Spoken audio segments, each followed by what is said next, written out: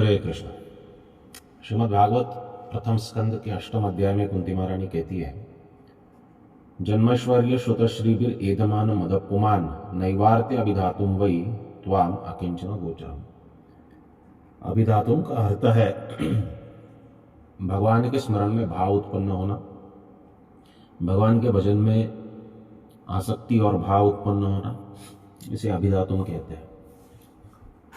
तो कुंती महारानी का कथन है कि जो उच्च कुल में जन्म लिए हैं और जो ऐश्वर्य से परिपूर्ण है, भौतिक ऐश्वर्य से, श्रुत जिनके पास शिक्षा है, भौतिक शिक्षा, भौतिक एजुकेशन, जो बड़ी बड़ी डिग्रियां प्राप्त करके बैठे हैं, और श्रीवीर जिनके पास बहुत अधिक कीर्ति है, एधमान मदपुमान, ये सब जो गुण है, भौतिक गुण है, जन्म ऐश्वर्य श्रुत श्रीवीर, ये सब जो भौतिक गुण है, ये व्यक्ति के मद को बढ़ाने के लिए, मद की अग्नि को बढ़ाने के लिए ईंधन का काम करते हैं। एधम, एधम का अर्थ है ईंधन, ईंधन का काम करते हैं। और नैवार्त्य, ऐसा व्यक्ति अर्हति, डज नॉट डिजर्व, योग्य नहीं है, सुयोग्य नहीं है। किस लिए सुयोग्य नहीं है? तो कहते अभिधातुम वही, भगवान का भावपूर्ण स्मरण करने के सुयोग्य वो नहीं है। त्वाम अकिंचन गोचर, और आप जो है अकिंचन गोचर हो। अकिंचन गोचर का अर्थ है कि जो अपने पास कुछ भी नहीं रखता है, या जिसका ऐसा भाव है कि उसके पास कुछ भी नहीं है, जो कुछ है सब भगवान का है, उसी को आप आसानी से प्राप्त हो जाते हो, या वही आपका आसानी से स्मरण कर सकता है। इस श्लोक का अर्थ ठीक से समझ लेना चाहिए। इसका ये अर्थ नहीं है कि ऊंचे कुल में जन्म लिया हुआ व्यक्ति भगवान की भक्ति नहीं कर सकता है, या फिर जिसके पास भौतिक ऐश्वर्य है वो भगवान की भक्ति नहीं कर सकता है। महाप्रभु के ऐसे कई भक्त थे, उनके पास बहुत बड़ी समृद्धि थी, लेकिन फिर भी वो शुद्ध भक्ति में लग गए। जो शिक्षित है, जो पंडित है, या फिर जो बहुत अच्छी मटेरियल एजुकेशन को प्राप्त किया है, वो भगवान की भक्ति नहीं कर सकता है, ऐसा इसका अर्थ नहीं होता है। जिनके पास ये भौतिक गुण है, उनके लिए भगवान के प्रति भाव उत्पन्न करना और अधिक मुश्किल हो जाता है। ये बहुत अधिक मुश्किल हो जाता है। ये इतना आसान नहीं रहता उस व्यक्ति के लिए जिसके पास भौतिक शिक्षा है, भौतिक ऐश्वर्य है, भौतिक उच्च कुल में उसके शरीर का जन्म हुआ है, कीर्ति है, समाज में प्रतिष्ठा है, सत्ता है, लोग उसकी सराहना कर रहे हैं, उसके आगे पीछे घूम रहे हैं। ऐसे व्यक्ति को भगवान का स्मरण करना ये मुश्किल हो जाता है, ये बहुत ही मुश्किल है। लेकिन वो व्यक्ति जिसके पास कुछ नहीं है, he has nothing to lose, उसके पास ना धन है, उसके पास ना शिक्षा है, वो अपने आप से कुछ कर ही नहीं पाता है, वो केवल भगवान के ऊपर निर्भर रहने के अलावा उसके हाथ में कुछ है ही नहीं, तो ऐसा व्यक्ति बहुत आसानी से भगवान के ऊपर निर्भर हो सकता है, और ऐसा व्यक्ति बहुत आसानी से भगवान के प्रति भक्ति को विकसित कर सकता है। तो इसका क्या मतलब है? जो भौतिक गुणों से संपन्न है, क्या उसे भक्ति करने का अधिकार नहीं है?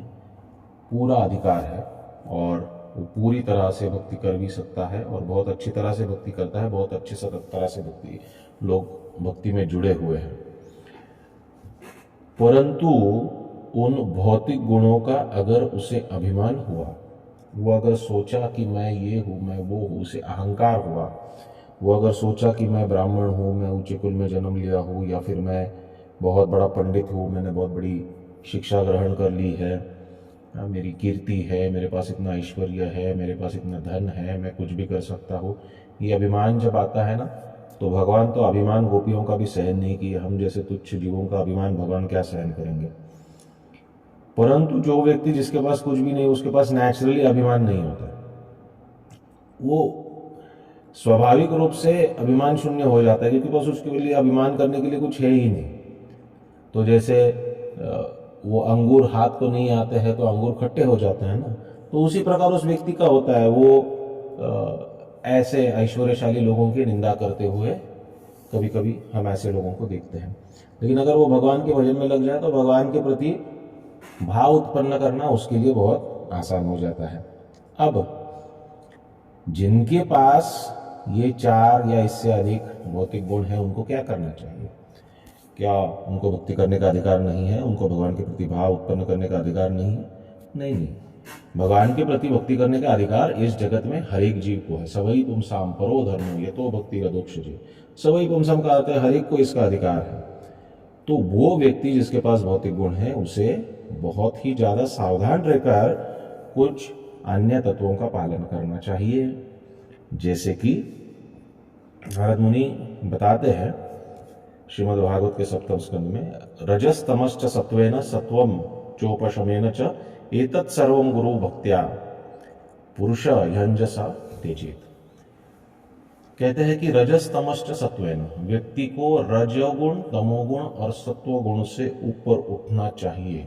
सत्वम च उपशमेन च, सत्व के भी ऊपर उठना चाहिए। एक तो उसे रजो और तमो से तो आसक्ति दूर रखनी ही चाहिए, इसमें तो कोई दो राय है ही नहीं, लेकिन सत्व के भी ऊपर उठना चाहिए। ये कैसे संभव हो सकता है? हम दिन भर रजो और तमो में ही रहते हैं, उससे छुटकारा पाना मुश्किल है, सत्व से छुटकारा पाना कैसे संभव होगा?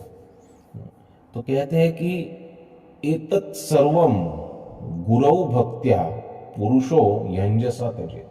ये सब बहुत आसान है जब व्यक्ति गुरु के भक्ति में लगे या गुरु ने बताए हुए भक्ति का आचरण करने लगे। और बहुत आसानी से अंजसा त्यजेत, पुरुषो यंजसा त्यजेत। पुरुषों का अर्थ है वो जीव जो अपने आप को किसी न किसी प्रकार से इन गुणों से आसक्त बना लिया है, किसी न किसी प्रकार से जन्म ऐश्वर्य शुद्ध सिद्धि से आसक्त हुआ है, वो इसे आसानी से त्याग कर सकता है अगर वो गुरु की भक्ति में लगता है या गुरु ने बताए हुए भक्ति मार्ग पर लगता है। एक तो कुंती महारानी कहती है कि नैवार्त्य अभिधातुम वही, उन लोगों को जो जन्म ऐश्वर्य श्रुत श्रीवीर से परिपूर्ण है, आपके प्रति भाव उत्पन्न करना बहुत मुश्किल है। वो योग्य व्यक्ति नहीं है आपके प्रति भाव उत्पन्न करना।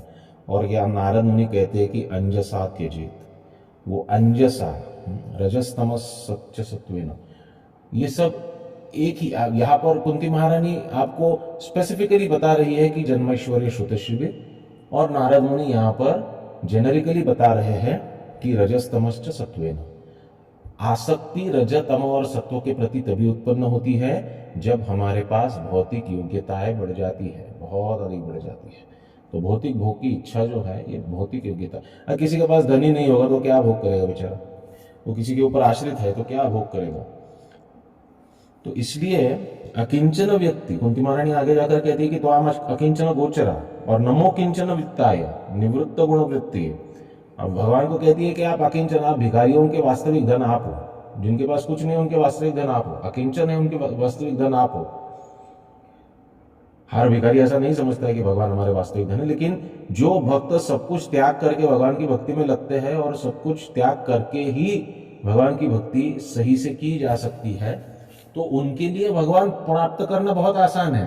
परंतु जो जन्मैश्वर्य श्रुत श्रीवीर में भी है, इस गुण के अंतर्गत भी आते हैं, नारद मुनि कहते हैं कि वो बहुत आसानी से भगवान को प्राप्त कर सकते हैं या इस सत्व रजतम सत्वेन का उपशमन कर सकते हैं। कैसे? एतत् सर्वं गुरौ भक्त्या पुरुषो यंजसा त्यजेत। ये बहुत आसानी से हो सकता है अगर वो गुरु के बताए हुए मार्ग पर चले। गुरु ने क्या मार्ग बताया? गुरु ने बस यही मार्ग बताया कि आप भगवान के नामों का जप करो, और भगवान के नामों का जप करने के लिए जो आवश्यक है, क्या आवश्यक है? भक्तों के संग में रहिए और मंदिर आइए, भक्तों के साथ संबंध बनाए रखिए, उनके साथ प्रसाद ग्रहण कीजिए, भागवत का श्रवण कीजिए, प्रभुपाद के ग्रंथों का अध्ययन कीजिए। यही गुरु की मूल, गुरु की जो सर्व आदेश है उस सभी का कारण क्या है? वो सभी का कारण यही है कि हम भगवान के नामों में अपनी रुचि बढ़ाएं, क्योंकि भगवान के नाम में अगर हमारी रुचि बढ़ गई तो हमारी भौतिक आसक्ति जो है वो अपने आप कम हो जाएगी। लेकिन केवल भगवान के नाम के जप से, व्हिम्सिकली करने से, कोई भी मंत्र का जप करने से ये नहीं होगा। जब गुरु कहेंगे अमुक अमुक मंत्र का जप कीजिए और इसे हम बड़ी निष्ठा के साथ करते हैं, बड़ी श्रद्धा के साथ करते हैं, बड़ी आसक्ति के साथ, बड़े कट्टरता के साथ करते हैं, तो अपने आप इसका परिणाम आने लगता है। मंत्र में शक्ति जो है निवेशित करते हैं सद्गुरु। सद्गुरु के मुख से जब हम मंत्र प्राप्त करते हैं और फिर उस मंत्र का जप करते हैं तो उस मंत्र में अद्भुत शक्ति प्राप्त होती है।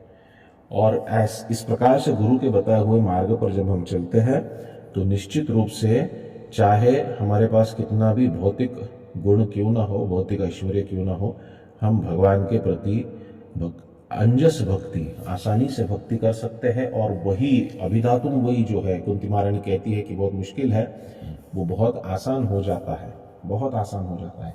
जितने भौतिक गुण है वो सब शून्य के समान है। अब शून्य के ऊपर आप 1 शून्य लिखो, 2 शून्य लिखो, 4 शून्य लिखो या 40 शून्य लिखो, उससे क्या फर्क पड़ना है, शून्य की वैल्यू शून्य है।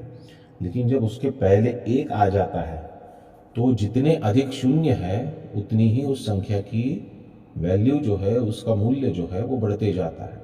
वो एक कौन है? वो एक है श्री कृष्ण और कृष्ण भक्ति। वो श्री कृष्ण और कृष्ण भक्ति, इन शून्यों को या शून्य जिनके साथ है उनको प्राप्त करना बहुत मुश्किल है, परंतु जब सद्गुरु के आदेश के अनुसार हम भगवान के नामों का उच्चारण करने लगते हैं तो ये आसानी से ये एक जुड़ जाता है। और जब ये एक जुड़ जाता है तो सभी शून्यों को बड़ा मूल्य प्राप्त होता है।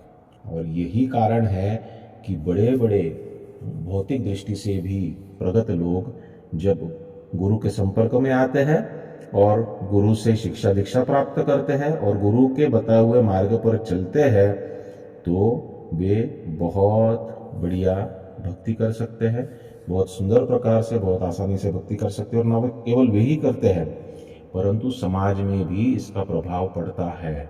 समाज में भी उनके, क्योंकि जो भगवान भगवद्गीता में कहते हैं ना कि जो श्रेष्ठ है उसको चाहिए कि वो समाज को मार्गदर्शन करे। समाज क्या है? लोकस्तद अनुवर्तते। लोग जो श्रेष्ठ व्यक्ति है उनका अनुवर्तन करते हैं। जिनके पास भौतिक गुण है उसका अनुवर्तन सामान्य लोगों के द्वारा किया जाता है। तो वो इसलिए आवश्यक है उन व्यक्तियों के लिए जिनके पास भौतिक ऐश्वर्य है कि वो सावधानी से भक्ति करें गुरु के आदेश पर और इसका प्रभाव समाज में भी फैलाए। तो प्रचार करना ये ऐसे लोगों के लिए, जन्मैश्वर्य श्रुतश्रीवीर इस कैटेगरी के लोगों के लिए आसान हो जाता है जब वे खुद गुरु की शरण लेकर अपनी साधन में आगे बढ़ते हैं। हरे कृष्ण कृष्ण कृष्ण हरे हरे, हरे राम राम राम हरे हरे।